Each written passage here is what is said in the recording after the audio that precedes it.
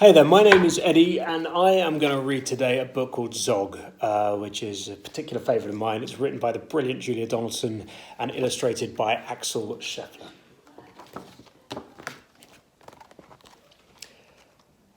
Madam Dragon ran a school many moons ago. She taught young dragons all the things that dragons need to know. Zog, the biggest dragon, was the keenest one by far. He tried his hardest every day to win a golden star. All the dragons in year one were learning how to fly. "Hi," said Madam Dragon, "way up in the sky. Now that you've been shown, you can practice on your own, and you'll all be expert flyers by the time you're fully grown." Zog went off to practice, flying fast and free. He soared and swooped and looped the loop, then crashed into a tree. Just then, a little girl came by. "Oh, please don't cry," she said. "Perhaps you'd like a nice sticky plaster for your head." "What a good idea," said Zog. Then up and off he flew, his plaster gleaming pinkly as he zigzagged through the blue. A year went by, and in year two, the dragons learned to roar. "More," said Madam Dragon, "louder I implore. Now that you've been shown, you can practice on your own, and you'll all be champion roarers by the time you're fully grown." Zog went off to practice. He roared with fearsome force. He kept it up for hours on end, but then his throat grew hoarse. Just then, the girl came by again. She said, "Oh, what rotten luck. Perhaps you'd like a nice soothing peppermint to suck." "What a good idea," said Zog. And then up and off he flew, and breathing fumes of peppermint, he zigzagged through the blue.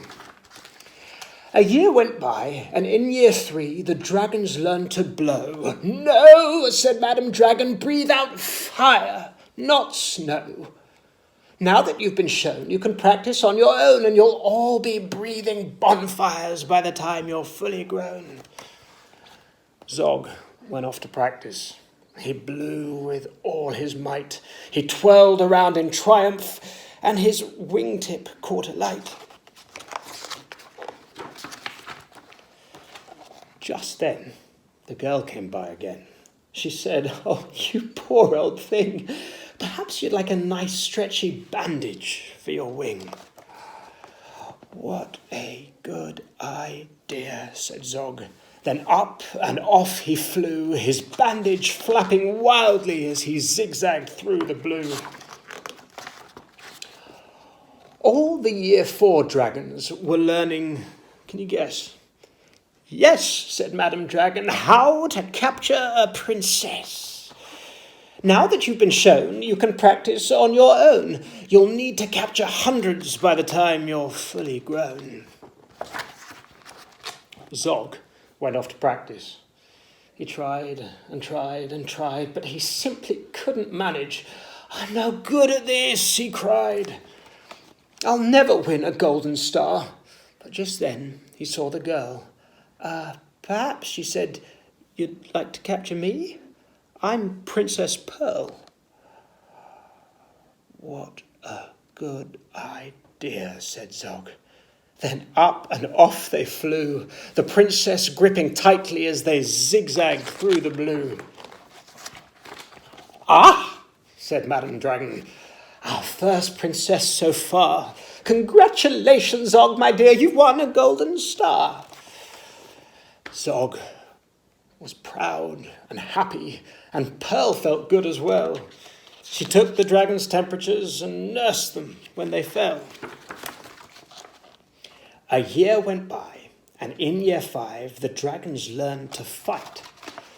"Right," said Madam Dragon, "here comes a real live knight."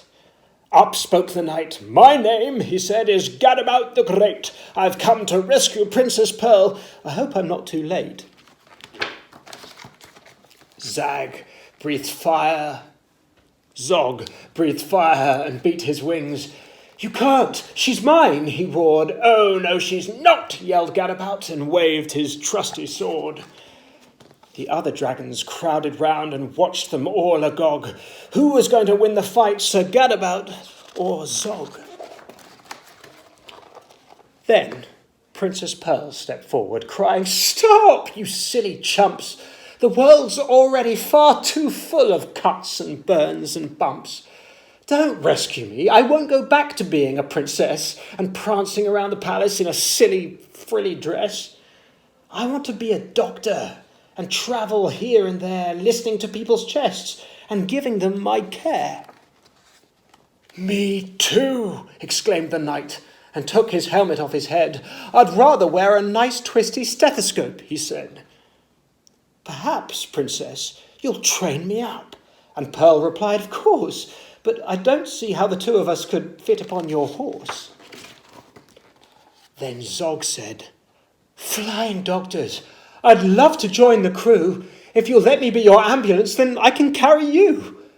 "Bravo," said Madam Dragon, "an excellent career." And all the Year 5 dragons gave a loud, resounding cheer.